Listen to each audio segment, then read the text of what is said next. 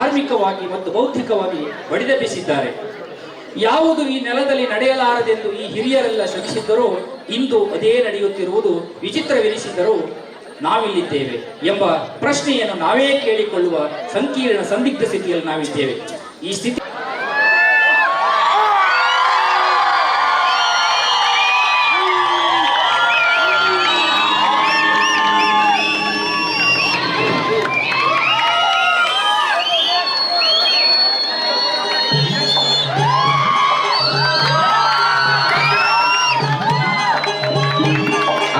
मन रामजी भीमाईला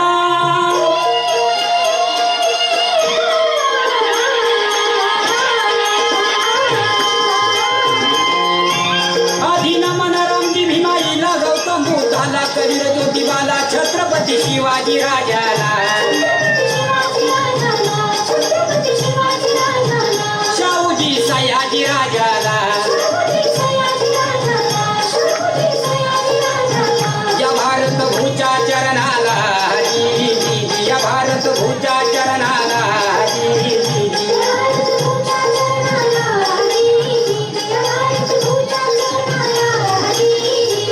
बहुजनाचे उद्धार करते बहुजनाचे उद्धार करते त्यांना जग स्मरते परम पूजते भीमराव रामजी आंबेडकर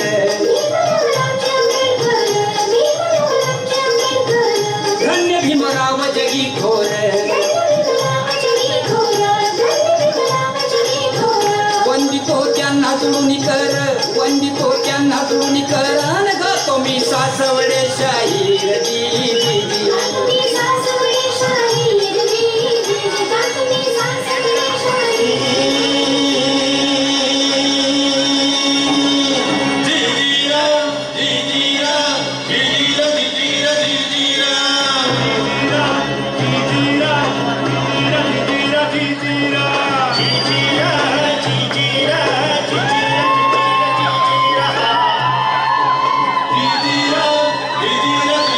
Didi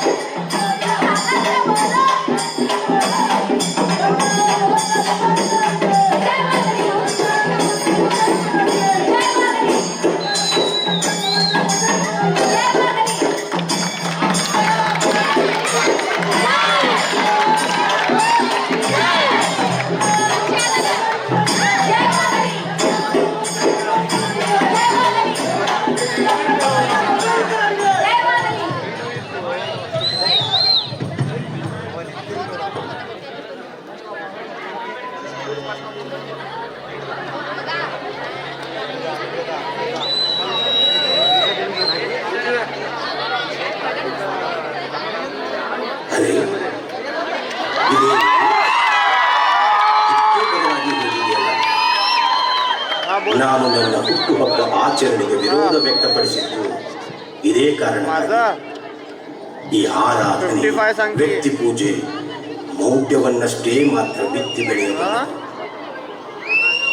ನಡೆಗಳಲ್ಲಿ, ನುಡಿಗಳಲ್ಲಿ ಕಂಡುಕೊಳ್ಳುವುದನ್ನ ಗುಡಿಗಳಲ್ಲಿ ಕಂಡುಕೊಳ್ಳುವಂತಾಗಿರುವುದು ವೈಚಾರಿಕ ದಾರಿದ್ರ್ಯ. ಇವರಿಗೆ ನನ್ನ ಆಲೋಚನೆಗಳನ್ನ ಸರಿ ದಿಕ್ಕಿನತ್ತ ನಡೆಸಬೇಕೆಂಬ ಜವಾಬ್ದಾರಿ ಮರೆತಂತಿದೆ. ಕೆಲವರಿಗೆ ನನ್ನ ಹೆಸರು ಹೊಂದಿದ್ರೆ ಸಾಕು, ಭೀಮರಾವ್ ಅಂಬೇಡ್ಕರ್, ಬಾಬಾ ಸಾಹೇಬ್ ಅಂಬೇಡ್ಕರ್, ಡಾಕ್ಟರ್ ಅಂಬೇಡ್ಕರ್. ಈ ನನ್ನ ಹೆಸರನ್ನ ತೂಗುಯ್ಯಾಲೆ ಮಾಡಿಕೊಂಡು ತೂಗಿ ತೂಗಿ ಆಕಳಿಸ್ತಾ ದೀರ್ಘ ನಿದ್ರೆ ಜಾಳ್ತಾ ಇರೋ ಗುಲಾಮ ಪೀಳಿಗೆ. ಊರಿಗೊಂದು ಬೀದಿಗೊಂದು ನನ್ನ ಹೆಸರು, ಊರೂರು ಮಧ್ಯ ಸರ್ಕಲ್ನಲ್ಲಿ ನನ್ನ ಪ್ರತಿಮೆ. ಅಬ್ಬಬ್ಬಾ, ಲೆಕ್ಕವಿಲ್ಲದಷ್ಟು ಸಂಘ ಸಂಸ್ಥೆಗಳು ನನ್ನ ಹೆಸರಲ್ಲಿ. ಅಷ್ಟೇ ಅಲ್ಲ, ಇತ್ತೀಚೆಗೆ ಮೆಡಿಕಲ್ ಇಂಜಿನಿಯರಿಂಗ್ ಕಾಲೇಜುಗಳು ತಲೆ ಎತ್ತಿ ಬಿಟ್ಟಿವೆಯಂತೆ. ಏಪ್ರಿಲ್ 14 ನನ್ನ ಹುಟ್ಟುಹಬ್ಬವನ್ನಾಗಿ, ಡಿಸೆಂಬರ್ 6 ನನ್ನ ಪರಿನಿರ್ವಾಣದ ದಿನವನ್ನಾಗಿ ದೇಶದ ಉದ್ದಗಲಕ್ಕೂ ಆಚರಿಸ್ತಾ ಇದ್ದಾರೆ. ಆದರೆ ನನ್ನ ಒಳಗನ್ನಾಗಲಿ ನನ್ನ ವಿಚಾರದ ತಿರುಳನ್ನಾಗಲಿ ಮುಟ್ಟುವಂತ ಪೀಳಿಗೆ ಇನ್ನೂ ಬಂದಿಲ್ಲ. ಬಂದೇ ಬರ್ತದೆ ಅನ್ನೋ ಭರವಸೆ ನನ್ನದು. ನಾನು ಅಂತ ಪೀಳಿಗೆಗಾಗಿ ಹುಡುಕ್ತಾನೇ ಇರ್ತೀನಿ, ಕಾಯ್ತಾನೇ ಇರ್ತೀನಿ, ಕಾಯ್ತಾನೇ ಇರ್ತೀನಿ, ಕಾಯ್ತಾನೇ ಇರ್ತೀನಿ.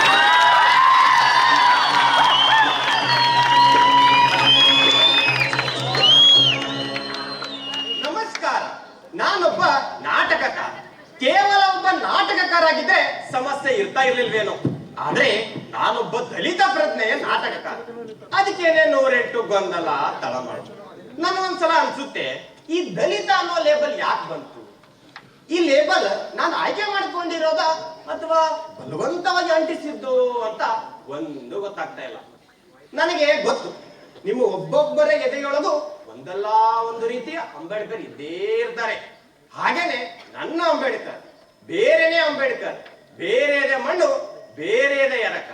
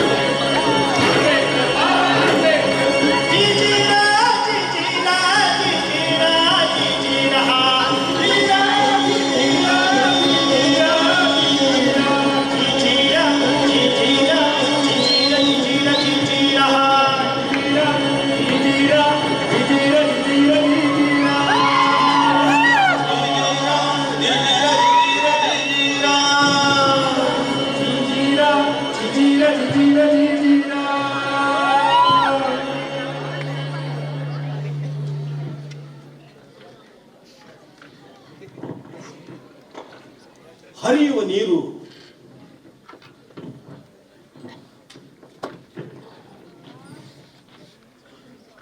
ಹರಿಯುವ ನೀರಿಗೆ ಹಿಂದಕ್ಕೆ ಬರುವುದಕ್ಕೆ ಆಗುವುದಿಲ್ಲ.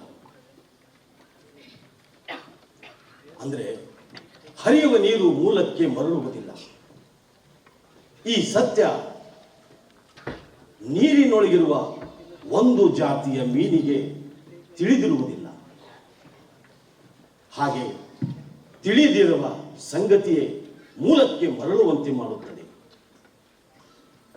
ನಾನು ಅದರೊಳಗಿನ ಒಂದು ಮೀನಾಗಿರಬಹುದೇ?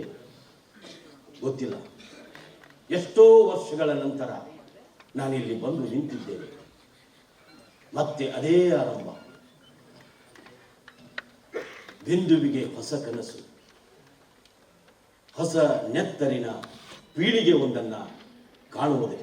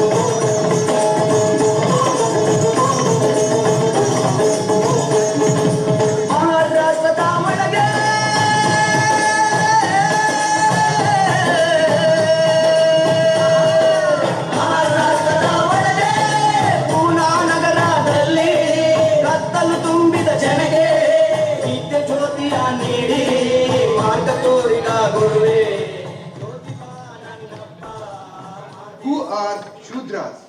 How they came to be the fourth Varna in the Indo-Aryan society? ಶೂದ್ರರು ಯಾರು? ಅವರೇಕೆ ಇಂಡೋ-ಆರ್ಯನ್ ಸಮಾಜದ ನಾಲ್ಕನೆಯ ವರ್ಣವಾದರು? ಡೆಡಿಕೇಟೆಡ್ ಟು ಮೈ ಗುರು ಜ್ಯೋತಿಬಾ ಫುಲೆ. ಈ ಕೃತಿಯನ್ನ ನನಗೆ ಅರ್ಪಿಸಿದ್ದಕ್ಕೆ ಧನ್ಯವಾದಗಳು ಅಂಬೇಡ್ಕರ್. ಯಾಕೋ ಸಿದ್ಧಾಂತಗಳ ಆಚೆ ನಿಂತು ನೋಡಬೇಕೆನ್ನಿಸುವಷ್ಟು ಜಿಗುಪ್ಸೆ ಆಗುತ್ತಿದೆ ಅಂಬೇಡ್ಕರ್. ನಾನು ನಂಬಿದ ಶೂದ್ರರ ಬಿಡುಗಡೆಗೆ ಒದಗಿದ ದುರ್ಗತಿಯ ಕಂಡ ಮೇಲೆ ನಿನಗೊಂದು ಗುಟ್ಟನ್ನು ತೋರಬೇಕಾಗಿದೆ ಸಹೋದರ. ಅದು ಹೂಗಳಿಗೆ ಸಂಬಂಧಿಸಿದ್ದು.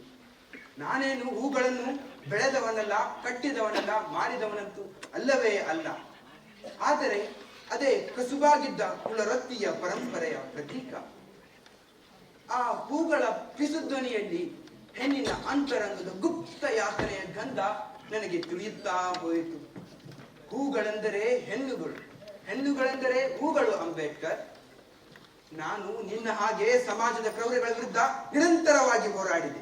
ಅದಕ್ಕೆ ನನ್ನನ್ನು ಬ್ರಾಹ್ಮಣ ದ್ವೇಷ ಎಂದು ನಿಂದಿಸಿದರು, ನನ್ನ ಕೊಲೆಗೂ ಯತ್ನಿಸಿದರು. ಸಾವಿತ್ರಿ ಮತ್ತು ನನ್ನ ಮೇಲೆ ಹಲವಾರು ಹಲ್ಲೆಗಳಾದವು. ಅವಮಾನಿಸಿರುವ ಪ್ರಸಂಗಗಳಂತೂ ಲೆಕ್ಕವೇ ಇಲ್ಲ.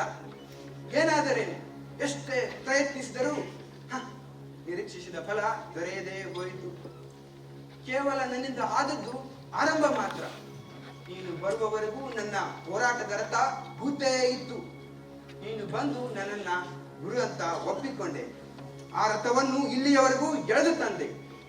ದಣಿವರಿಯದ ದೀರ್ಘ ಪಯಣಗಳಿಂದ ದಣಿದಿದ್ದೀಯ. ಈಗ ನಿಶ್ಚಿಂತೆಯಿಂದ ಕೊಂಚ ನಿದ್ರಿಸು. ಶುಭರಾತ್ರಿ.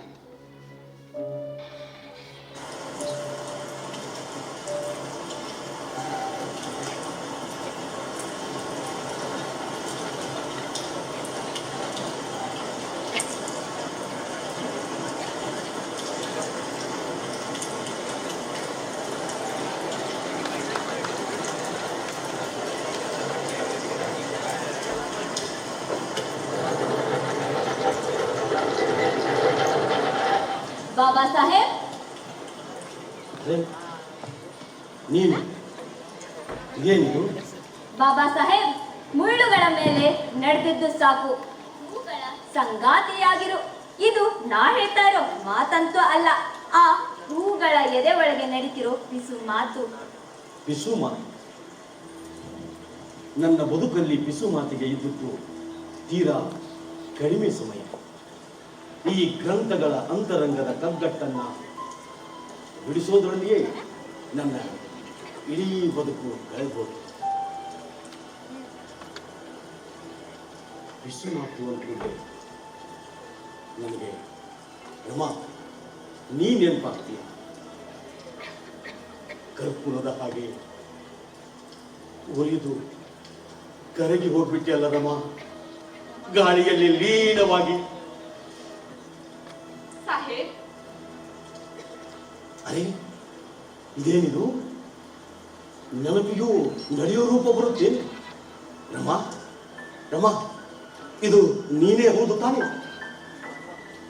ಈಗ ಹೇಳಿ, ಇದು ನಾನೇ ಅನ್ನೋದ್ರಲ್ಲಿ ಏನಾದ್ರೂ ಅನುಮಾನ ಇದೆಯೇನು? ಖಂಡಿತ ಇಲ್ಲ. ನಿನ್ನ ನೋಡಿ ಎಷ್ಟು ದಿನಗಳಲ್ಲ ವರ್ಷವೇ ಆಗಿರಬೇಕು. ನೀನು ಆಗ ಹೇಗಿದ್ದೀಯೋ ಈಗೂ ಹಾಗೇ ಇದೆಯೋ. ಆದ್ರೆ ನೀವು ತುಂಬಾ ಇಳಿದು ಹೋಗಿದ್ದೀರಿ. ಆ ನಿಮ್ಮ ಪಾದದ ಊತ, ಕಾಲಿನ ನೋವು ಹೇಗಿದೆ? ಯಾರು ನೋಡ್ಕೋತಿದ್ದಾರೆ ನಿಮ್ಮನ್ನ? ರಮಾ, ಅವನೆಲ್ಲಿ? ಯಾರು? ರಾಜರತ್ನ, ನಮ್ಮ ರಾಜರತ್ನ. ಅವ ಈಗ ಬದುಕಿದ್ರೆ ಎತ್ತರಕ್ಕೆ ಬೆಳೆದಿರ್ತಿದ್ದ.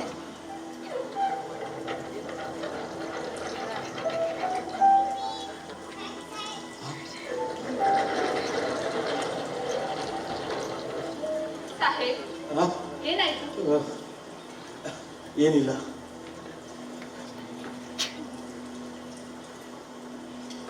ಅವನ ನೆನಪುಗಳಿಂದ ನೀವಿನ್ನೂ ಹೊರ ಬಂದಿಲ್ಲೇನು?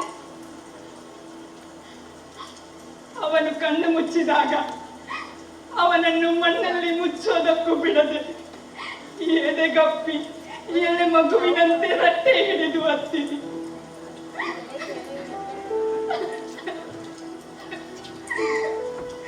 ಮುಚ್ಚಿ ಹೋದದ್ದನ್ನು ಮತ್ತೆ ಮತ್ತೆ ಎಷ್ಟನ್ನ ಕೆದಕ್ತೀರಿ?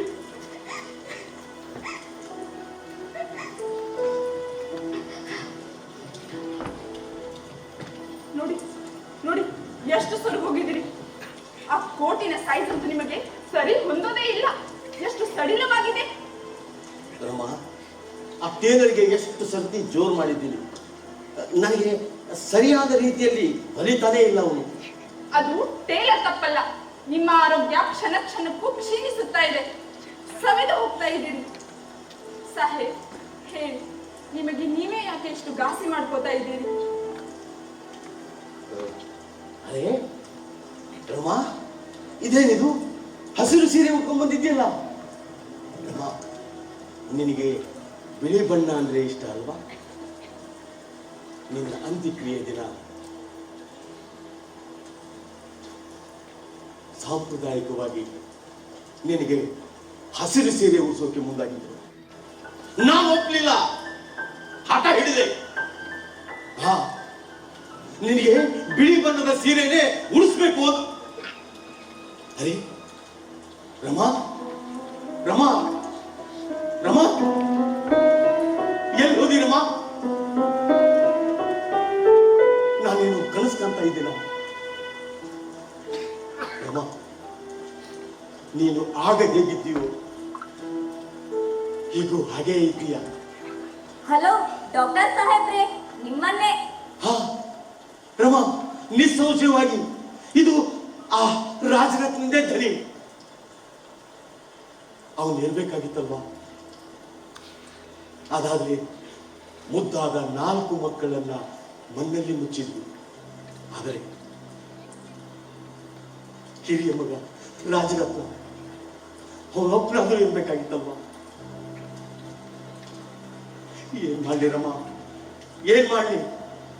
ಜೋಳದ ದಂಟಿನ ಹಾಗೆ ಉರಿದು ಹೋಗೋ ಈ ಅನುಯಾಯಿಗಳ ಅವರನ್ನ ನಂಬಿ ನನ್ನ ಪಾಠ ಹೋದೆ. ಬಾಬಾ ಸಾಹೇಬ್ರೆ, ಇದಕ್ಕೆ ಸಂಬಂಧಿಸಿದ ಹಾಗೇನೆ ನನ್ನ ಪ್ರಶ್ನೆನೂ ಇರುವುದು, ಕೇಳಬಹುದೇ? ನನ್ನ ಎಷ್ಟೋ ಪ್ರಶ್ನೆಗಳಿಗೆ ನಾನು ಇನ್ನೂ ಉತ್ತರ ಹುಡುಕ್ತಾನೇ ಇದ್ದೀನಿ. ಕೇಳು.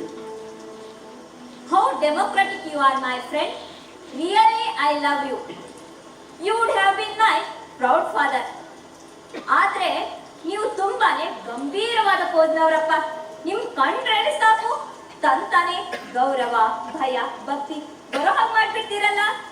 ಸರಿ ಬಿಡಿ ಸರ್, ಮನುಷ್ಯ ಯಾಕೆ ನೆನಪುಗಳ ಬೆನ್ನತ್ತುತ್ತಾನೆ? ಆ ಒಡೋಮಾಯ ಜಿಂಕೆನ ಬೆನ್ನತ್ತಿದ ಹಾಗೆ. ಜಿಂಕೆ ಜಿಂಕೆ ಅಂದ್ಕೊಳ್ಳೆ, ನಾನು ಒಂದು ಜಿಂಕೆ ಮರಿಯನ್ನ ಸಾಕಿದ್ದೆ.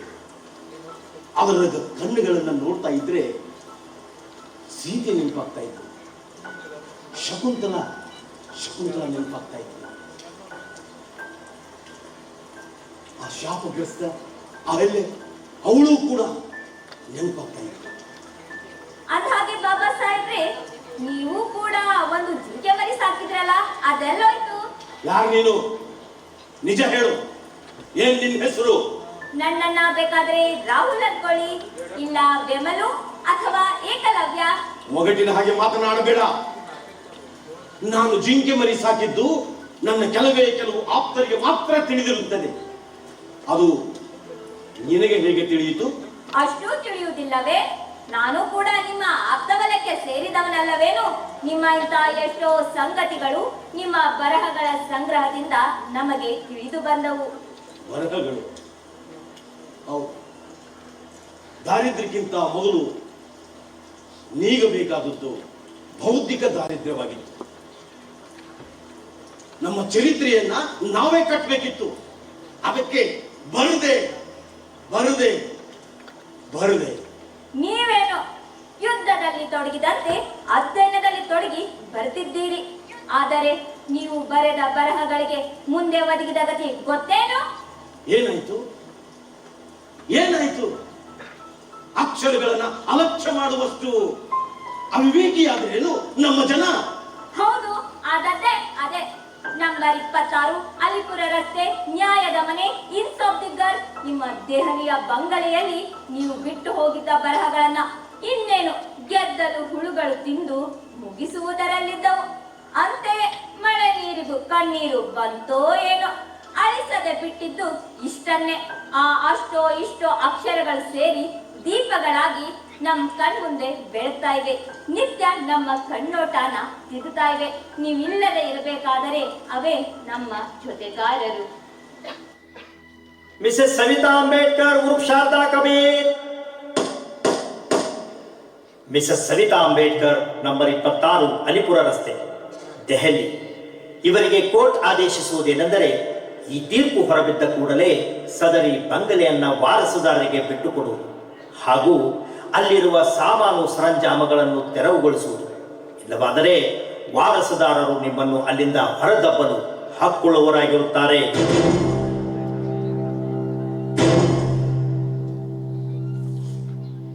ಏ ಹುಡುಗ, ನಿಲ್ಲು.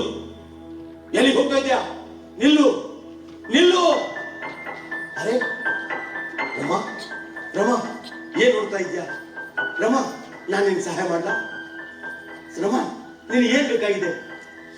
ರಮಾ, ಹೇಳು ರಮಾ, ನಿನಗೆ ಏನ್ ಬೇಕಾಗಿದೆ? ಸಿಕ್ತು. ಏನದು? ಏನಾದ್ರೂ ಆಗಿರ್ಲಿ, ನಿಮ್ಗೆ ಯಾಕೆ ಬೇಕು?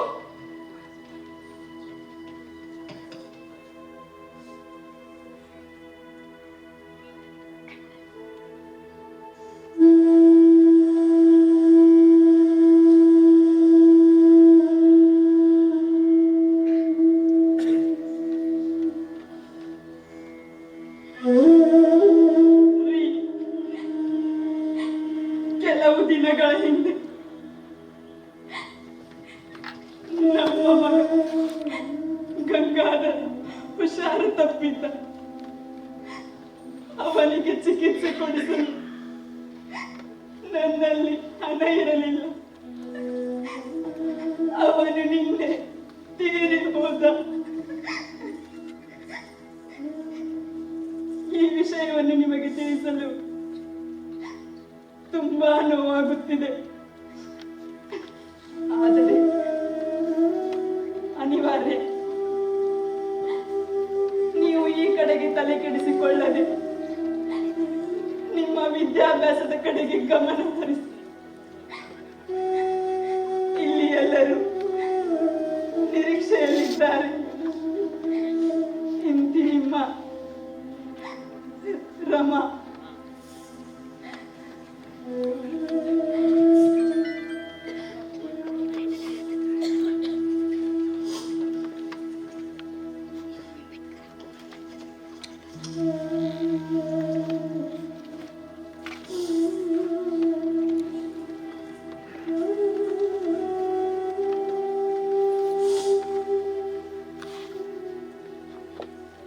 ಪ್ರೀತಿಯ ರಮಾ, ಗಂಗಾಧರನ ಸಾವಿನ ಸುದ್ದಿ ಕೇಳಿ ತುಂಬಾ ಆಘಾತವಾಯಿತು. ಅವನಿಲ್ಲದ ನನ್ನ ಜೀವನ ತುಂಬಾ ವಿಷಾದದಿಂದ ಕೂಡಿರುತ್ತದೆ. ಹಡೆದ ತಾಯಿಯಾದ ನಿನಗೆ ಎಲ್ಲರಿಗಿಂತ ಹೆಚ್ಚು ನೋವು ತಂದಿರುತ್ತದೆ ಎಂಬುದನ್ನು ನಾನು ಬಲ್ಲೆ. ನಮ್ಮ ಮನೆಗಾಗಿ ಇನ್ನೊಬ್ಬರ ಮನೆ ಹಾಳಾಗಿ ಚಾಕರಿ ಮಾಡಿ ಸಲಹುತ್ತಿದ್ದೀಯ. ಇಂಥ ಕಷ್ಟ ಕಾಲದಲ್ಲಿ ನಾನು ನಿನಗೆ ನೆರವಾಗಬೇಕಾಗಿತ್ತು. ಲಂಡನ್ನಿನ ಐಷಾರಾಮಿ ಜೀವನದ ವ್ಯವಸ್ಥೆಯಲ್ಲಿ ನಾನು ಇನ್ನೊಬ್ಬರ ಹಂಗಿನಲ್ಲಿ ಬದುಕಬೇಕಾಗಿದೆ. ಆದ್ದರಿಂದ ನಿನಗೆ ನೆರವಾಗದಿದ್ದಕ್ಕಾಗಿ ನನ್ನನ್ನು ನಾನು ದ್ವೇಷಿಸಿಕೊಳ್ಳುತ್ತಿದ್ದೇನೆ. ಇಂತಿ ನಿಮ್ಮ ಸಾಹೇಬ್.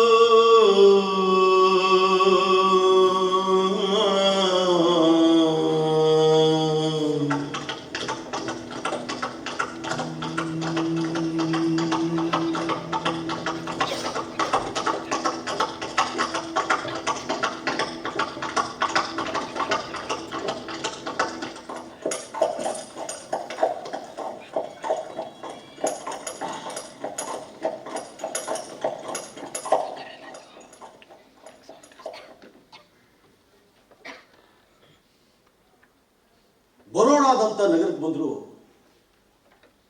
ಈ ಜಾತಿಯನ್ನು ಸಮಸ್ಯೆ ನನ್ನ ಹಿಂದೆ ಬೇತಾಳದ ಹಾಗೆ ಬೆನ್ನು ಬಿದ್ದಿದೆ. ನಾನು 5 ವರ್ಷ ಯುರೋಪ್ ಮತ್ತು ಅಮೆರಿಕಾಗಳಲ್ಲಿ ವಿದ್ಯಾಭ್ಯಾಸ ಮಾಡಿದೆ. ಅಲ್ಲಿ ಯಾವತ್ತೂ ಈ ಸಮಸ್ಯೆ ನನ್ನನ್ನು ಕಾಡಲಿಲ್ಲ.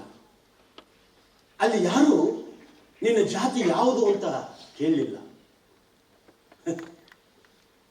ಈ ಜಾತಿ ಎಂಬ 2 ಅಕ್ಷರ ಮನುಷ್ಯರನ್ನ ಎಷ್ಟು ದೂರ ಮಾಡುತ್ತಲ್ಲ.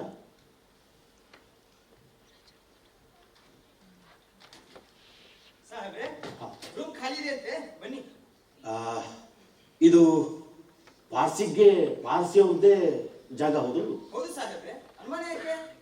ಹಾಗಾದ್ರೆ ಒಂದು ನಿರೀಕ್ಷೆ ಇಟ್ಕೋಬಹುದು. ಅವರಲ್ಲಿ ಅಂದ್ರೆ ಅವರ ಧರ್ಮದಲ್ಲಿ ಈ ಅಸ್ಪೃಶ್ಯತಾ ಆಚರಣೆ ಇಲ್ಲ. ನಿನ್ನ ಹೆಸರೇನು? ನನ್ನ ಹೆಸರು ಇಕ್ಬಾಲ್ ಅಂತ. ಇಕ್ಬಾಲ್? ಓ, ನಮ್ಮ ದೇಶ ಯಾವತ್ತೂ ಮರೆಯಲಾರದಂತ ಒಬ್ಬ ಕವಿಯ ಹೆಸರನ್ನ ಇಟ್ಕೊಂಡಿದೆಯಲ್ಲ. ಸಾರೇ ಜಹಾಂ ಸೆ ಅಚ್ಚಾ ಎ ಪ್ಯಾರಾ ಹಿಂದೂಸ್ತಾನ್ ಹಮಾರ. ನಡೆ.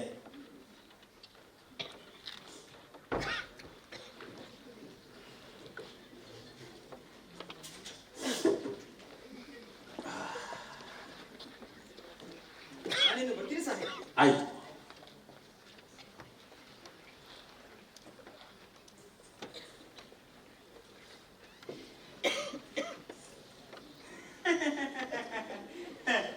ಸಾಹೇಬ್, ಇಲ್ಲಿ ನಿಮ್ಮ ಹೆಸರು ವಿಳಾಸ ಬರೀರಿ. ನಾನು ಇಲ್ಲೇ ಕೆಳಗಡೆ ಇರ್ತೀನಿ. ನಿಮ್ಗೆ ಏನಾದ್ರೂ ಅವಶ್ಯಕತೆ ಇದ್ರೆ ನನ್ನ ಕರೀರಿ. ಆಯ್ತು. ತಗೊಳ್ಳಿ, ನಾನು ಕಾಡಿದ್ದು ಹೆಸರು ದಿಲ್ ಪಸಂದ್ ಅಂತ. ಆಯ್ತು.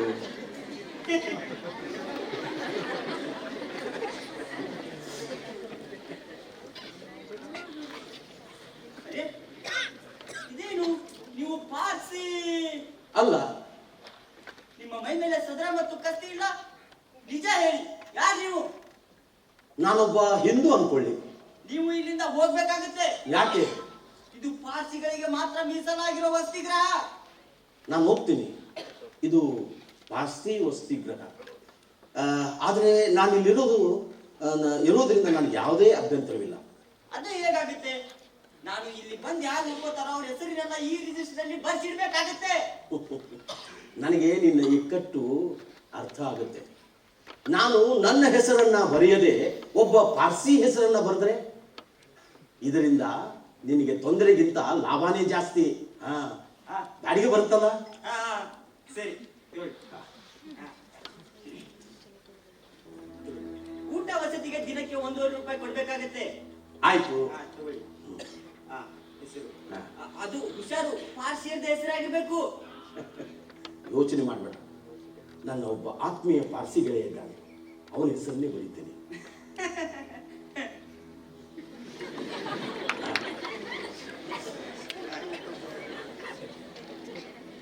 ಇಲ್ಲಿ ಇಷ್ಟ್ಯಾಕೆ ಕತ್ಲಿದೆ? ಇಲ್ಲಿ ಕರೆಂಟ್ ಇಲ್ಲ. ಅರೆ ಕರೆಂಟ್ ಇದೆಯಲ್ಲ. ಇತ್ತು, ಈಗಿಲ್ಲ.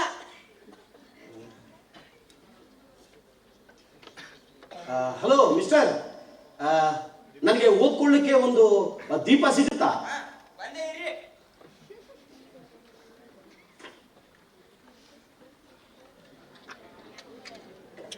ತಗೊಳ್ಳಿ. 8:00ವರೆಗೆ ಊಟ ತರ್ತೀನಿ. ಬೆಳಗ್ಗೆ ಒಂದು ಟೀ, 9:00ವರೆಗೆ ತಿಂಡಿ. ಇದು ಬಿಟ್ಟರೆ ಬೇರೆ ಏನು ಸಿಕ್ಕಲ್ಲ ಇಲ್ಲಿ ನಿಮ್ಗೆ. ಆಯ್ತು. ಇದೇನು ಭೂತ ಬಂಗ್ಲಾನ? ಎಷ್ಟೊಂದು ಬಾವಲಿಗಳು ಹಾರಾಡ್ತಾ ಇವೆ ಅಲ್ಲ. ಓ ನಿಂತ್ಕೊಳ್ಳಪ್ಪ, ಈ ಬಾವಲಿಗಳು ಎಲ್ಲಿಂದ ಬರ್ತಾ ಇವೆ? ಕಿಟಕಿಯಿಂದ. ಅರೆ ಕಿಟಕಿ ಮುಚ್ಚಿದೇನಲ್ಲ? ಆಕಾಶದಿಂದ.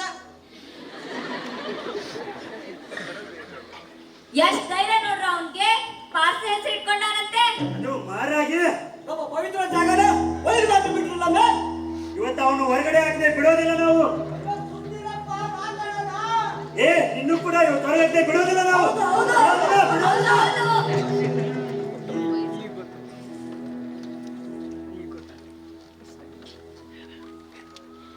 ನಾನು ಮಹಾರಾಜರ ಅಕೌಂಟೆಂಟ್ ಜನರಲ್ ಕಚೇರಿಯಲ್ಲಿ ಪ್ರೊಫೆಷನರಿ ಹುದ್ದೆಗೆ ನೇಮಕವಾಗಿದ್ದೆ. ಹೆಸರಿಗೆ ರಕ್ಷಣಾ ಇಲಾಖೆಯ ಕಾರ್ಯದರ್ಶಿ, ದೊಡ್ಡ ಹುದ್ದೆ. ಆದರೆ ಸವರ್ಣೀಯ ಜಮಾನ ನನ್ನನ್ನು ಮಾತಾಡ್ತಾ ಇರಲಿಲ್ಲ. ಬೆಳಿಗ್ಗೆ 10 ಗಂಟೆಗೆ ನಾನು ವಸತಿ ಗೃಹವನ್ನು ಬಿಟ್ಟು ಹೊರಡುತ್ತಿದ್ದೆ. ರಾತ್ರಿ 8 ಗಂಟೆಗೆ ವಸತಿ ಗೃಹಕ್ಕೆ ಮರಳುತ್ತಿದ್ದೆ. ಮಿಕ್ಕ ಸಮಯವನ್ನು ಸಾಧ್ಯವಾದಷ್ಟು ಗೆಳೆಯರ ಜೊತೆ ಕಳೆಯುವ ಉಪಾಯವನ್ನು ಕಂಡುಕೊಂಡಿದ್ದೆ. ವಸತಿ ಗೃಹಕ್ಕೆ ಮರಳಿ ಅಲ್ಲಿ ರಾತ್ರಿ ಕಳೆಯೋದು ನೆನಪಾದರೆ ಸಾಕು, ಭಯವಾಗ್ತಾ ಇತ್ತು. ವಸತಿ ಗೃಹಕ್ಕೆ ಮರಳಲೇಬೇಕಿತ್ತು. ಯಾಕೆಂದರೆ ಉಳಿಯೋದಕ್ಕೆ ಈ ವಿಶಾಲ ವಿಶ್ವದಲ್ಲಿ ಬೇರೆ ಯಾವುದೇ ಜಾಗ ಇರ್ತಾ ಇರಲಿಲ್ಲ. ನಾನೊಂದು ಕಿಷ್ಕಿಂದೆಯಲ್ಲಿ ಸಿಕ್ಕಿಬಿದ್ದಿದ್ದೇನೆ ಅಂತ ಅನ್ನಿಸ್ತಾ ಇತ್ತು. ಮನುಷ್ಯನ ಸಂಪರ್ಕವೇ ಇಲ್ಲದ್ದರಿಂದ ಪುಸ್ತಕಗಳ ಒಡನಾಟ ನನ್ನ ಉಸಿರಾಯಿತು.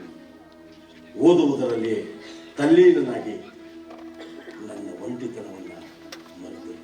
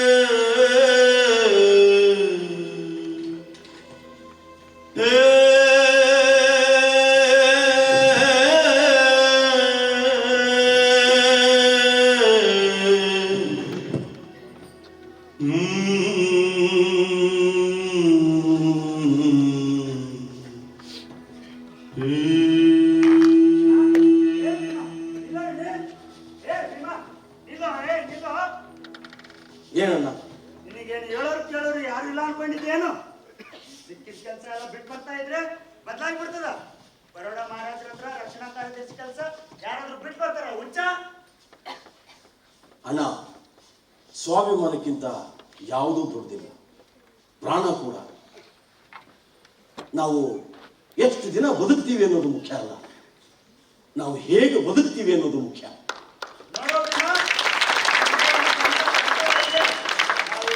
ಇರೋದಕ್ಕಿಂತ ಬೇರೆ ಬೇರೆ ಆಗೋದೇ ಒಳ್ಳೆಯದು. ನೋಡು ಭೀಮಾ, ನಾನು ಬೇರೆ ಆದ್ರೆ ಅಡುಗೆ ಮನೆಯಲ್ಲಿರೋ ಪಾತ್ರೆ ಪಗಡೆಯನ್ನು ಸಿಗೋದಿಲ್ಲ ನಿನಗೆ. ಯಾಕಂದ್ರೆ ಅದೆಲ್ಲ ನಾ ದುಡ್ಡು ತಂದಿರೋ ದುಡ್ಡಲ್ಲಿರೋದು, ತಿಳಿತಾ? ಅಬ್ಬಬ್ಬಾ, ತರಕಾರಿ ರೇಟು ಆಕಾಶಕ್ಕೆ ಹೋಗಿದೆ. ಒಂದು ಬೆಂಡಿ ಪಲ್ಯ ಮಾಡೋದಕ್ಕೂ ಕೂಡ ಹಿಂದೆ ಮುಂದೆ ನೋಡ್ಬೇಕು.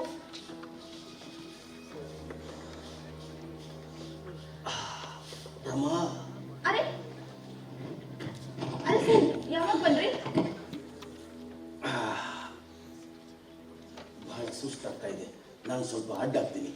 ಇರಿ ಇರಿ, ಬಂದೆ. ಕೋರ್ಟ್ ಕೆಲಸ ಇಷ್ಟು ಬೇಗ ಮುಗಿತಾ ಸಾಹೇಬ್? ಹಾ,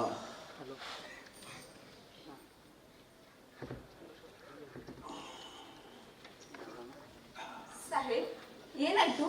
ಮೈಯಾಗ ಆರಾಮಿಲ್ಲೇನು? ಮೈಯಲ್ಲಿ ಆರಾಮಿರಲಿಲ್ಲ. ಈಗ ನಿನ್ನ ಕೈ ಸ್ಪರ್ಶದಿಂದ ನನ್ನ ಎಲ್ಲಾ ಸುಸ್ತು ಮಾಯ ಆಯಿತು.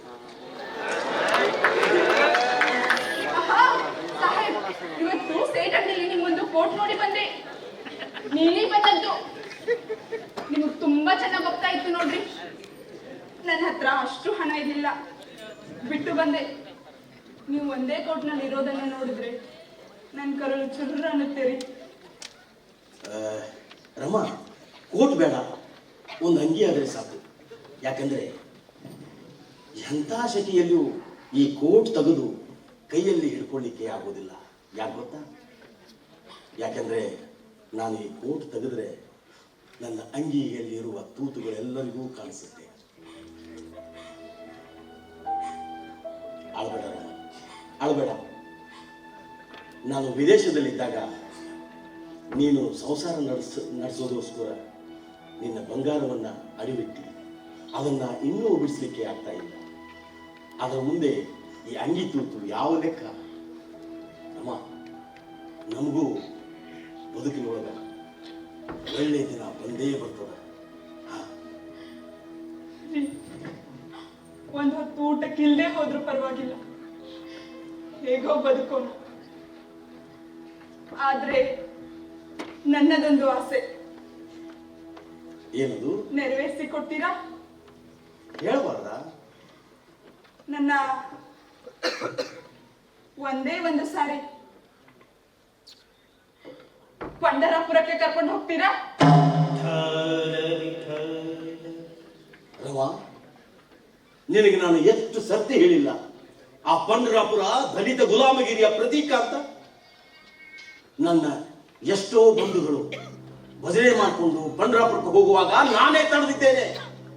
ಈಗ ನಿನ್ನ ಆಸೆಗೋಸ್ಕರ ನಾನು ನನ್ನ ನಿಲುವನ್ನ ಬಿಟ್ಕೊಡಕ್ಕಾಗೋದಿಲ್ಲ.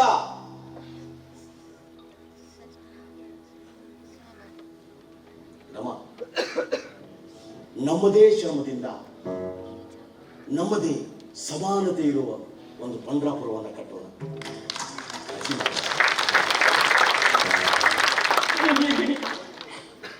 ನಿಮಗೆ ಬೇಡವಾದದ್ದು ನನಗೂ ಬೇಡ.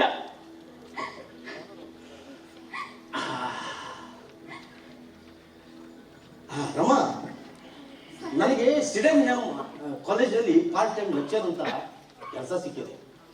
ನಾನು ನಾಳೆನೇ ಡ್ಯೂಟಿಗೆ ರಿಪೋರ್ಟ್ ಮಾಡ್ಕೋಬೇಕು. ಓಹೋ, ಎಂತ ಸಂತೋಷದ ಸುದ್ದಿ. ಇರಿ, ಬಂದೆ. ಅದೇ, ಎಲ್ಲಿಗೆ ಹೋಗ್ತಾ ಇದೆಯಾ? ಪಾಂಡುರಂಗನ ಮುಂದೆ ದೀಪ ಹಚ್ಚಿ ಬರ್ತೀನಿ. ಓ ಪಾಂಡುರಂಗ, ಪಾಂಡುರಂಗ, ಬಾಯಿ ಕೂತ್ಕೋ. ಸಾಹೇಬ್, ಏನಾಯ್ತು? ನೋಡ್ರಮ್ಮ, ಈ ದೇವರು ದಿಂಡ್ರು, ಈ ಪಂಡ್ರಾಪುರ, ತುಳಜಾಪುರ ಇಂಥ ಎಷ್ಟೋ ಗುಡಿಗಳಲ್ಲಿ ಸಾವಿರಾರು ಹೆಣ್ಣು ಮಕ್ಕಳು ದೀಪವನ್ನು ಹಚ್ತಾರೆ. ಅದು ದೊಡ್ಡ ವಿಷಯ ಅಲ್ಲ. ಕತ್ತಲೆ ಇರುವಂತಹ ಗುಡಿಗಳಲ್ಲಿ ದೀಪ ಬೆಳಗೋದು ಏನೇನಿದೆಯಲ್ಲ, ಅದು ಬಹಳ ಮುಖ್ಯ. ನಾನು ಯಾವಾಗಲೂ ನನಗೆ ಹೇಳ್ತಾ ಇದ್ದೀನಲ್ಲ, ನನ್ನ ಗುರು ಜ್ಯೋತಿಬಾ ಫುಲೆ ಅಂತ, ಅವರು ತಮ್ಮ ಹೆಂಡತಿ ಸಾವಿತ್ರಿಬಾಯಿ ಫುಲೆಗೆ ಮೊದಲು ಅಕ್ಷರವನ್ನು ಕಲಿಸಿದರು. ಆ ಸಾವಿತ್ರಿಬಾಯಿ ಫುಲೆ ಸಾವಿರಾರು ಹೆಣ್ಣು ಮಕ್ಕಳಿಗೆ ಅಕ್ಷರವನ್ನ ಕಲಿಸಿದರು. ನೋಡಮ್ಮ, ಈ ಊರು ಕೇರಿಗಳಲ್ಲಿ ಮೊದಲು ಬೆಳಗಬೇಕಾದದ್ದು ಅಕ್ಷರದ ದೀಪ. ಮಾಡುವರು ಉಳ್ಳವರು ಶಿವಾಲಯ ಮಾಡುವರು ಉಳ್ಳವರು ಶಿವಾಲಯ ಮಾಡುವರು ನಾನೇನು ಮಾಡಲಿ ಬಡವನೀಯ ನಾನೇನು ಮಾಡಲಿ ಬಡವನೀಯ ಉಳ್ಳವರು ಶಿವಾಲಯ ಮಾಡುವರು ಉಳ್ಳವರು ಶಿವಾಲಯ ಮಾಡುವರು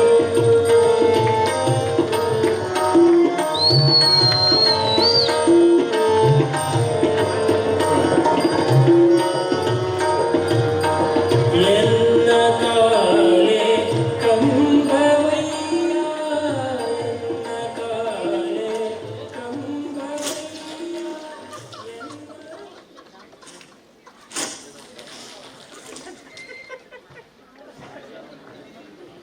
ನಮಸ್ಕಾರ ಬಾಬಾ ಸಾಹೇಬ್.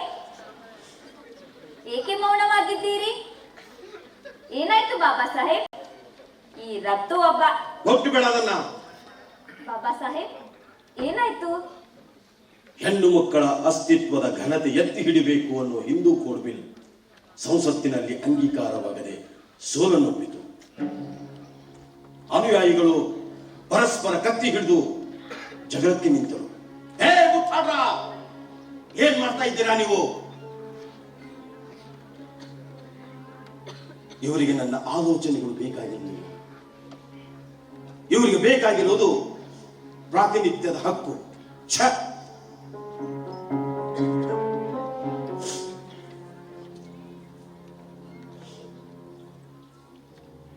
ವಿಧವೆಗೆ ಪುನರ್ವಿವಾಹ ಸಿಕ್ಕಿಬಿಟ್ರೆ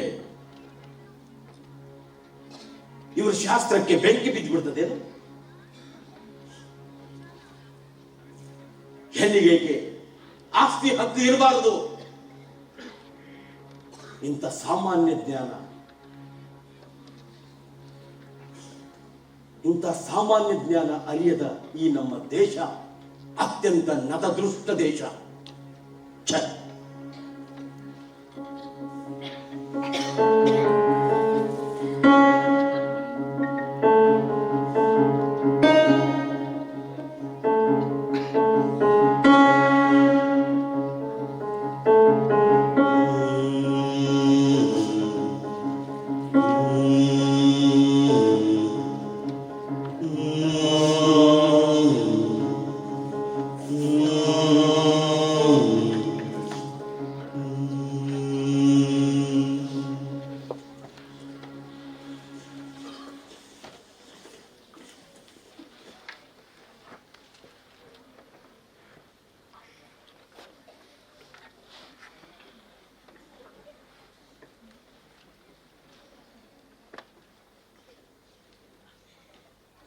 ಛೆ, ಈ ಹಾಳಾದ ಕನಸು ದಿನಕ್ಕೆ ಒಂದ್ಸಾರಿ ಅದು ಬಿದ್ದೇ ಬೀಳ್ತದೆ. ಅದೇ ಆರಂಭ, ಅದೇ ಅಂತ್ಯ, ಅದೇ ಮುಕ್ತಾಯ. ಯಾರದು? ಓ ರತ್ತು, ನೀನಿನ್ನು ಮನೆಗೆ ಹೋಗಿಲ್ವೇನೋ? ರತ್ತು, ಇನ್ನು ಕೆಲವೇ ಕೆಲವು ದಿನ ಮಾತ್ರ ನನ್ನ ಬುದ್ಧ ಮತ್ತು ಧಮ್ಮ ಪ್ರಕಟ ಆಗಲಿ. ಆಮೇಲೆ ನಾವಿಬ್ರು ಸ್ವಲ್ಪ ದಿನ ವಿಶ್ರಾಂತಿ ತಗೊಳ್ಳೋಣ. ವಿಶ್ರಾಂತಿ? ಆ ಪದ್ಧತಿ ನಿಮ್ಮ ಡಿಕ್ಷನರಿಯಲ್ಲಿ ಜಾಗ ಇದೆಯಾ ಸಾಹೇಬ್? ನಿಜ ನಿಜ ರತ್ತು.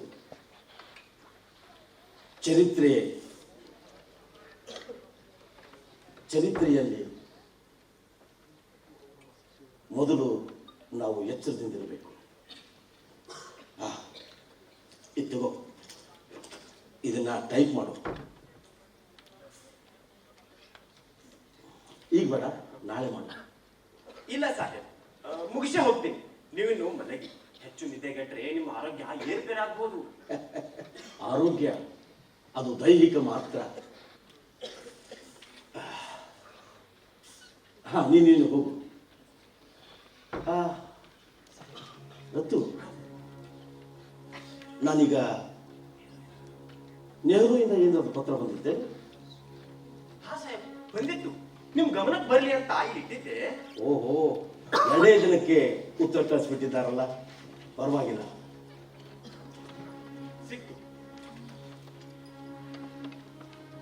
ಆದ್ರೆ ಇದೇನು ಅಂತ ಆಶಾದಾಯಕವಾದಂತೇನಿಲ್ಲ ಸರ್. ಏನಂತ ಬರ್ತಿದ್ದಾರೆ ಓದು?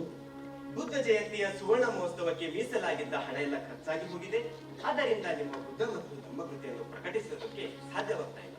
ನೀವೇ ಪ್ರಕಟಿಸಿ. ಹೇಗೂ ನಿಮಗೆ ಅಸಂಖ್ಯಾತ ಪಾಶ್ಚಾತ್ಯ ವಿದ್ವಾಂಸರ ಅಭಿಮಾನ ಬಳಗ ಇದೆಯಲ್ಲ, ಕೊಂಡುಕೊಳ್ಳುತ್ತಾರೆ ಅಂತ ಬರೆದ ಸರ್. ಇನ್ನು ಮಿಕ್ಕಿದ್ದು ಇಲ್ಲಿ ಜಾಣ ಮುತ್ಸದ್ದಿಯ ಮಾತುಗಳು.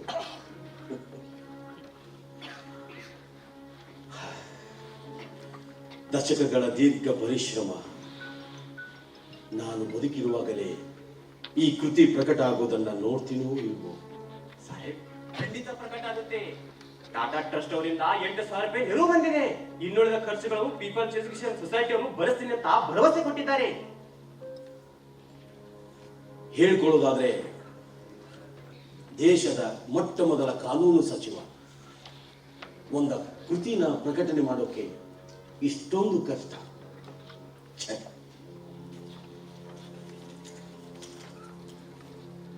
ರತು, ನಾನೀಗ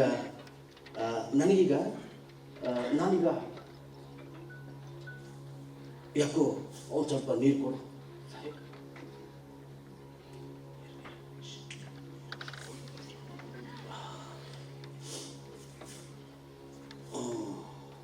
ರತು, ನಾನು ಒಂದು ಹೊಸ ಮಾರ್ಗವನ್ನು ಕಂಡುಹಿಡಿದಿದ್ದೆ. ಅಂದ್ರೆ ನನ್ನ ನಡೆದು ಬಂದ ದಾರಿಯನ್ನ ಮತ್ತೆ ಅದನ್ನ ತಿರುಗಿ ನೋಡೋದು. ಅದಕ್ಕೆ ನಿಮ್ಮ ಆರೋಗ್ಯ ಅವಕಾಶ ಕೊಡುತ್ತಾ ಸಾಹೇಬ್? ಯಾವ್ದಕ್ಕೂ ಸಿದ್ಧಾ ಮೇಡಮ್ ಅಗತ್ಯ ಇಲ್ಲ. ನನ್ನ ಆರೋಗ್ಯ ಅಷ್ಟೊಂದು ಸಹಕರಿಸದೇ ಇದ್ರು ನನ್ನ ಮಾನಸಿಕ ಆರೋಗ್ಯ ಅದು ಸಹಕರಿಸದೆ ಅನ್ನೋದನ್ನ ನನಗೆ ನಂಬಿಕೆ ಇದೆ. ನೀನಿನ್ನು ಹೋಗು.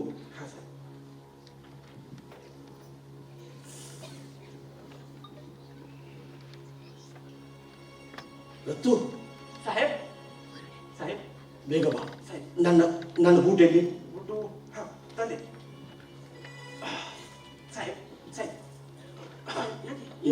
ನೋಡು, ನನ್ನ ಬಟ್ಟೆ ಬರಿಗಳನ್ನ ಈಗಿಂದೀಗೆ ಪ್ಯಾಕ್ ಮಾಡು. ಸೂಟ್ ಕೇಸ್ ಬೇಡ, ಸಣ್ಣ ಚೀಲ, ಅದೇ ಬುದ್ಧ ಬಿಕ್ಕುಗಳು ಹಾಕೋತಾರಲ್ಲ ಅಂತ ಚೀಲ ಸಾಕು. ನಾನೊಮ್ಮೆ ಆ ಮಹಾನ್ ಕೆರೆಯನ್ನೊಮ್ಮೆ ನೋಡಬೇಕು. ಎಲ್ಲಿಗೆ? ಎಷ್ಟು ದಿನ? ರತ್ತು, ದಿನಗಳ ಲೆಕ್ಕ ಈಗ ಮುಗಿದಿದೆ. ಏನಿದ್ರು ಗಂಟೆಗಳ ಲೆಕ್ಕ ಮಾತ್ರ. ರತ್ತು, ಬಾ, ಹೋಗೋಣ ಬಾ. ನಾನು ಆ ಮಹಾನ್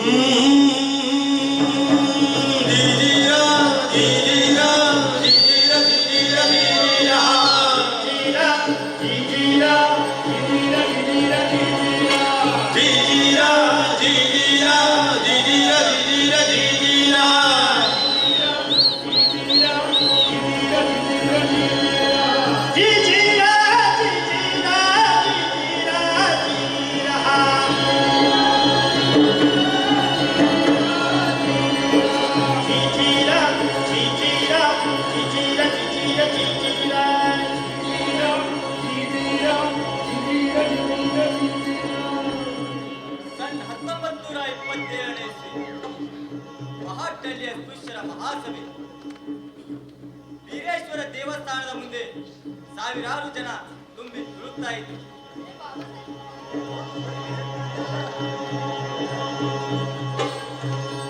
5,000 ಜನರ ಬೃಹತ್ ಸಮಾವೇಶ. ಡಾಕ್ಟರ್ ಬಾಬಾ ಸಾಹೇಬ್ ಅಂಬೇಡ್ಕರ್ ಅವರು ಸಭೆಯನ್ನು ಉದ್ದೇಶಿಸಿ ಮಾತನಾಡಲು ನಿಂತರು.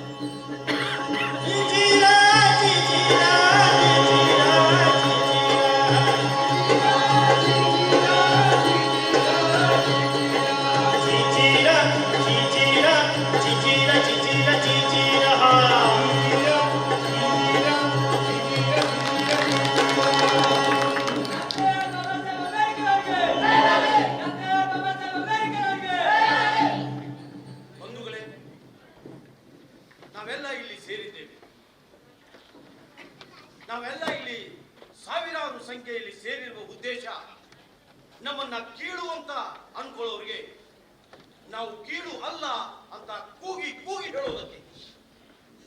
ನಾವು ಎಲ್ಲರಿಗೂ ಸಮಾನರು ಎಂದು ತೋರಿಸಿಕೊಳ್ಳುವುದಕ್ಕೆ. ಛತ್ರಪತಿ ಶಿವಾಜಿ ಮಹಾರಾಜ್ ಕಿ ಡಾಕ್ಟರ್ ಬಾಬಾ ಸಾಹೇಬ್ ಅಂಬೇಡ್ಕರ್ ಅವರಿಗೆ ಬಂಧುಗಳೇ, ಬನ್ನಿ ಮಹಾಡ್ಕೆರೆಯ ನೀರನ್ನು ಮುಟ್ಟೋಣ.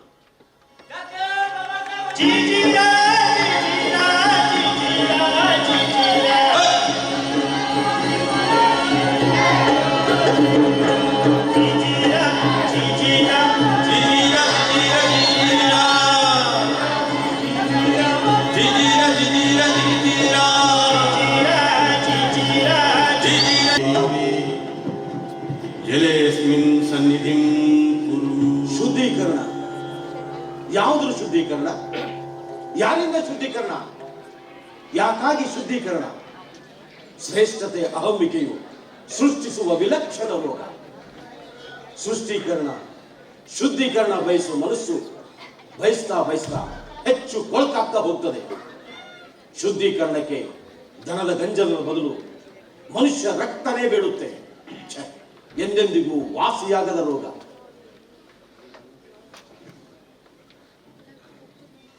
ಯಾರದು? ನಿಮ್ಮನ್ನೇ ಕೇಳ್ತಾ ಇರೋದು. ಏನ್ ಹುಡುಕ್ತಾ ಇದ್ದೀರಾ? ಬಗ್ಗಡದ ನೀರಲ್ಲಿ ಬಗಪಕ್ಷಿ ಹಾಗೆ. ಧರ್ಮ, ಧರ್ಮ ಕೆರೆಯ ಕೆಸರ ನೀರಲ್ಲಿ ಸಿಕ್ಕಿ ಬಿದ್ದಿದೆ. ಏನು ಧರ್ಮ? ಓಹೋ, ಧರ್ಮದ ಇನ್ನೊಂದು ಮುಖದ ಬಗ್ಗೆ ನೀವು ಚೆನ್ನಾಗಿ ತಿಳಿದುಕೊಂಡಿರುವಂತೆ ಕಾಣಿಸುತ್ತದೆ. ನಿಮಗೆ ಹೇಳ್ತಿರೋದು ಕೇಳಿಸ್ತಾ? ಇಂತಹ ಸ್ಥಿತಿಯಲ್ಲಿ ಮನುಷ್ಯ ಆತ್ಮಹತ್ಯೆ ಮಾಡಿಕೊಳ್ಳುವುದು. ನೀವು ನೀರಲ್ಲಿ ಮುಳುಗಿದರೂ ನೀರು ಮೊಳಕಾಲುದ್ದ. ಆತ್ಮಹತ್ಯೆ ಮಾಡಿಕೊಳ್ಳುವುದು ಕಷ್ಟ. ಸುಮ್ಮನೆ ಯಾಕೆ ತೊಂದರೆ ಕೊಡ್ತೀರಾ? ನೀವು ನನ್ನಂತೆ ಪ್ರಯತ್ನ ಪಟ್ಟು ಸೋತಿರುವಂತೆ ಕಾಣಿಸುತ್ತದೆ. ನೋಡಿ, ನಾನು ಮನಸ್ಸು ಮಾಡಿದರೆ ಈ ಮೊಳಕಾಲುದ್ದ ನೀರಿನಲ್ಲೇ ಪ್ರಾಣ ಕಳೆದುಕೊಳ್ಳಬಹುದು. ಗೊತ್ತಾ? ಉಪದೇಶದ ವರ್ತಕರೇ, ಸಾಕು ಮಾಡಿ ನಿಮ್ಮ ತಲಹರಟೆ. ಮನುಷ್ಯನಾಗಿ ಸಾಯುವ ಮನುಷ್ಯನನ್ನ ಉಳಿಸೋದು ನನ್ನ ಕರ್ತವ್ಯ. ಮೇಲಕ್ಕೆ ಬನ್ನಿ. ತಡೆಯಪ್ಪ, ಬಂದೆ. ಅಂತೂ ನನ್ನನ್ನ ಚೆನ್ನಾಗಿ ಅಳೆದು ತೂಗಿ ನೋಡಿದವರು ನೀವೇ ನೋಡಿ. ಏನಂದ್ರಿ? ಉಪದೇಶದ ವರ್ತಕ. ಹೌದು, ನಾನು ಉಪದೇಶದ ವರ್ತಕನೇ. ಇಂದು ನನ್ನ ಉಪದೇಶಕ್ಕೆ ನೀವು ಕೊಟ್ಟಷ್ಟು ಶುಲ್ಕ, ಅದೇ ದೇಣಿಗೆಯನ್ನ ನನ್ನ ಹರಿಜನರ ಸೇವಕ ಸಂಘಕ್ಕೆ. ಹರಿಜನ ಎಂದು ಮಹಾತ್ಮ ಗಾಂಧೀಜಿ ಬಾಯಿಂದ ಉದುರಿದ ಅವಮಾನಕರ ಪದ ಮತ್ತೆ ಈಗ ಅದು ಮರಳಿ ಬಂದಂತಿದೆ. ಗಾಂಧೀಜಿ ಈ ಪದವನ್ನಾಗಲಿ ನಿಮ್ಮನ್ನಾಗಲಿ ಮತ್ತೆ ಭೇಟಿಯಾಗುವ ಪ್ರಸಂಗ ಬರುತ್ತೆ ಅಂತ ಅನ್ಕೊಂಡಿರ್ಲಿಲ್ಲ. ಡಾಕ್ಟರ್ಜಿ, ನಿಮ್ಮ ಮಾತಿನ ದಾಟಿ ಕಂಡು ನೀವೇ ಇರಬೇಕನ್ನೋ ಅಂತ ಅನಿಸ್ತು. ಬಂದು ನೋಡಿದಾಗ ನೀವೇ ಆಗಿದ್ರಿ. ಏನ್ ಆಶ್ಚರ್ಯ! ನಾನು ಅಂದುಕೊಂಡಿದ್ದೇ ಒಂದು, ಇಲ್ಲಿ ಬಂದು ನೋಡಿದರೆ ನೀವಿನ್ನು ಪಥ್ಯ ಮಿತಾಹಾರ ಯಾವುದೂ ಪಾಲಿಸ್ತೀವಂತ ಕಾಣಿಸುತ್ತೆ. ನೋಡಿ ಡಾಕ್ಟರ್ಜಿ, ನಮ್ಮ ಆಚಾರ ವಿಚಾರಗಳ ಜೊತೆಗೆ ಆರೋಗ್ಯನೂ ತುಂಬಾ ಮುಖ್ಯ, ತಿಳ್ಕೊಳ್ಳಿ. ಓ ಗಾಂಧೀಜಿ, ಏನು ಭ್ರಮೆ ನಿಮ್ಮದು! ನಾನು ದೇಶದ ಬಗ್ಗೆ ಕೇಳ್ತಾ ಇರುವಾಗ ನೀವು ದೇಹದ ಬಗ್ಗೆ ಮಾತಾಡ್ತಾ ಇದ್ದೀರಾ. ಡಾಕ್ಟರ್ಜಿ, ನಮ್ಮ ಮೊದಲನೇ ಭೇಟಿಗಳಂತೆ ಈಗಲೂ ಸಹ ಅದೇ ಮತ್ತೆ ಮತ್ತೆ ಹೊರಪಡಿಸಬೇಕೆ? ಗಾಂಧೀಜಿ, ನಮ್ಮಿಬ್ಬರ ಹೆಗಲ ಮೇಲೆ ಚರಿತ್ರೆಯ ಯಾವ ಒತ್ತಡವೂ ಈಗಿಲ್ಲ. ಇರಬಹುದು, ಆದರೆ ನಾವಿಬ್ಬರು ಒಬ್ಬರನ್ನೊಬ್ಬರನ್ನು ಅರ್ಥ ಮಾಡಿಕೊಳ್ಳೋದಕ್ಕಿಂತ ಬರೀ ಘಾಸಿ ಮಾಡಿಕೊಳ್ಳೋದ್ರಲ್ಲೇ ಕಾಲ ಕಳೆಯಬೇಕೇನು? ಅದನ್ನ ತೀರ್ಮಾನ ಮಾಡಬೇಕಾದವರು ನೀವು. ತೀರ್ಮಾನ ಮಾಡುವ ಅವಕಾಶನ ನನ್ನ ಕೈಯಿಂದ ನಿಮ್ಮ ಕೈಗೆ ಬಂದಿರೋದು. ನಮ್ಮ ಹಕ್ಕುಗಳನ್ನ ನಿರಾಕರಿಸಲೇಬೇಕೆಂಬ ಹಠ ನಿಮ್ಮಲ್ಲಿತ್ತು. ಗಾಂಧೀಜಿ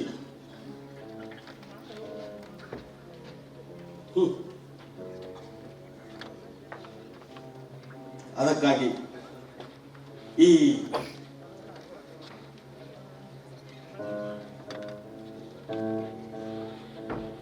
ಮಾತಾಡಿ. ಡಾಕ್ಟರ್ಜಿ, ನೀವು ಹೇಳ್ತಿರೋದು ನನಗೆ ಗೊತ್ತಾಯ್ತು.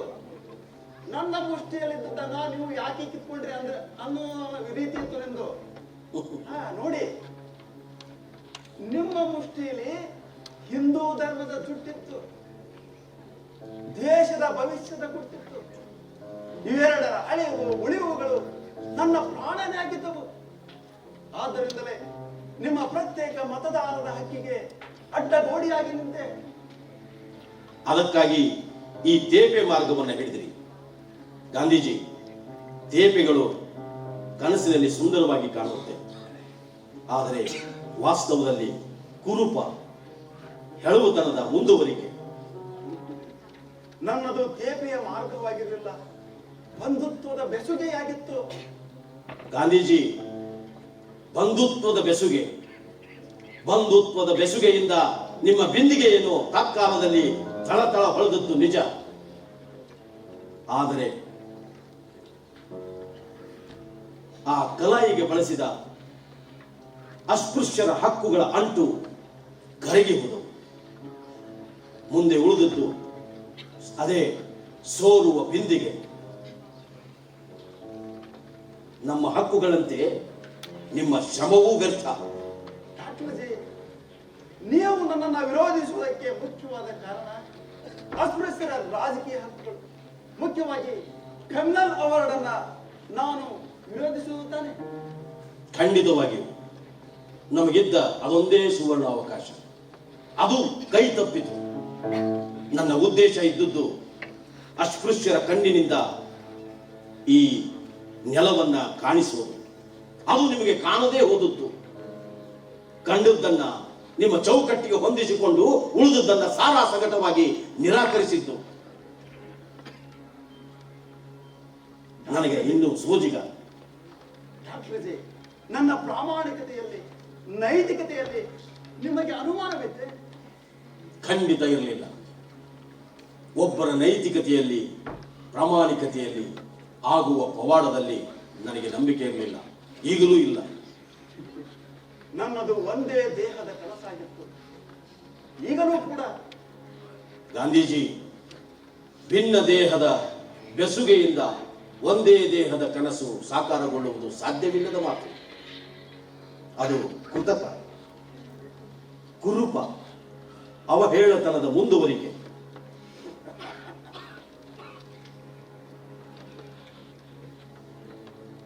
ಡಾಕ್ಟರ್ಜಿ, ನನ್ನ ನಂಬಿಕೆಯಲ್ಲಿ ನನಗೆ ಯಾವುದೇ ತರಹದ ಹೇಳುವ ತರಹದ ಕುರುಗಳು ಕಂಡಿಲ್ಲ, ಬಹುಶಃ ಕಾಣುವುದೂ ಇಲ್ಲ. ನನ್ನ ನಿಷ್ಠೆ ಅಚಲ. ಎಲ್ಲರ ನಂಬಿಕೆಯೊಂದೇ ನಿಮ್ಮ ನಂಬಿಕೆಯಾಗುವುದಿಲ್ಲ. ಆ ಹಠಮಾರಿತನವೇ ನಿಮಗೆ ಮಾರಕ. ಆ ಹಠಮಾರಿತನದಿಂದ ನಿಮ್ಮ ಕಣ್ಣೆದುರಿನ ನಿಜಗಳು ನಿಜಗಳಂತೆ ಕಾಣುವುದಿಲ್ಲ.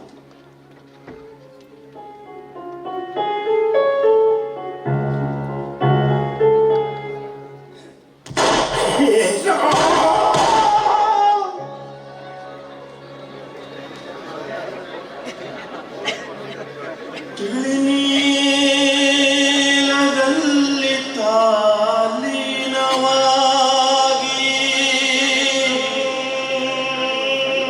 ಅವಹೋದ ದೂರ ದೂರ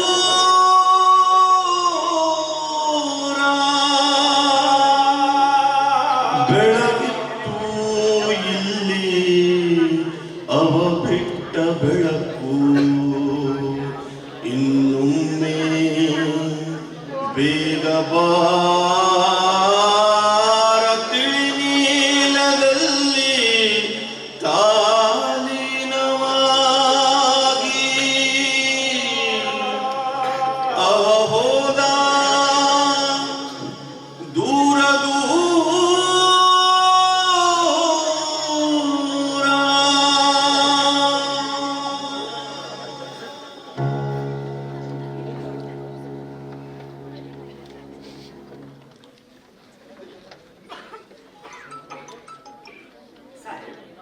ನಾನು ನೋಡುತ್ತಿರುವ ಚಿತ್ರಗಳಲ್ಲಿ ಇದು ಅಪರೂಪದ ಚಿತ್ರ. ಇನ್ನೊಮ್ಮೆ ಸರಿಯಾಗಿ ನೋಡು. ಓ ಭಗವಾನ್ ಬುದ್ಧ. ಸಾಹೇಬ್, ಏನದು? ಗೊತ್ತಿಲ್ಲ ಸಾಹೇಬ್, ಯಾರೋ ಕೊಟ್ಟು. ಓ ಮರ ಅಲ್ಲ, ಕುಬ್ಜ ಆಲದ ಮರ. ಓ ಕರುಣಾಜನಕ ಕುಬ್ಜ ಆಲದ ಮರವೇ, ನಿನ್ನ ಬೇರುಗಳಲ್ಲಿ ಪ್ರಾಚೀನ ರೋಗಾಣುಗಳ ಗೂಡು. ನಿನ್ನ ಬೇರುಗಳಿಂದ ನೆಲದಿಂದ ಹೀರೋದು ಗಾಳಿ. ನನ್ನ ನತದೃಷ್ಟ ಪೀಳಿಗೆಯ ಪ್ರಾಣವಾಯು. ನಿನ್ನ ನೆರಳನ್ನ ಆಶ್ರಯಿಸುವುದಿಲ್ಲ. ನಾನು ನಿನ್ನ ನೆರಳನ್ನ ಆಶ್ರಯಿಸುವುದಿಲ್ಲ. ನಾನಷ್ಟೇ ಅಲ್ಲ, ನನ್ನವರ್ಯಾರು ನಿನ್ನ ಆ ನೆರಳನ್ನು ಆಶ್ರಯಿಸುವುದಿಲ್ಲ.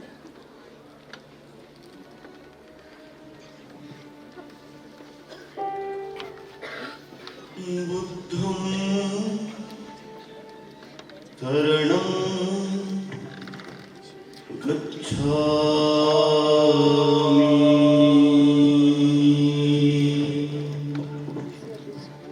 ನನಗೆ ಕುರುಹಗಳಲ್ಲಿ ನಂಬಿಕೆ ಇಲ್ಲ. ಅವು ಬುದ್ಧ ಹೇಳುವ ಪ್ರಜ್ಞೆಯನ್ನು ರೂಢಿಸಿಕೊಳ್ಳುತ್ತವೆ. ನಾನು ಬುದ್ಧನಿಗೆ ಶರಣಾಗುವುದು ಶರಣಂ ನನ್ನ ಯಾವ ತಡೆಯೂ ಇಲ್ಲ. ಗಚ್ಛಾಮಿ. ತಡೆಯೋದಕ್ಕೆ ಆಗುತ್ತದೆ.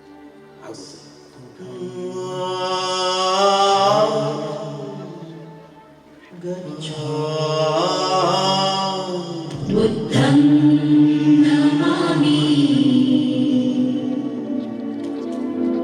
ಧಮ್ಮಂ ನಮಾಮಿ, ಸಂಘಂ ನಮಾಮಿ. ನಮೋ ತಸ್ಸ ಭಗವತೋ ಅರ್ಹತೋ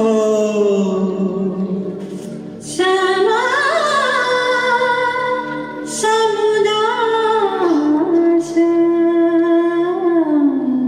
ಬುದ್ಧಂ ಶರಣಂ ಗಚ್ಛಾಮಿ, ಬುದ್ಧಂ ಶರಣಂ ಗಚ್ಛಾಮಿ, ಧಮ್ಮಂ ಶರಣಂ ಗಚ್ಛಾಮಿ, ಧಮ್ಮಂ ಶರಣಂ ಗಚ್ಛಾಮಿ, ಸಂಘಂ ಶರಣಂ ಗಚ್ಛಾಮಿ.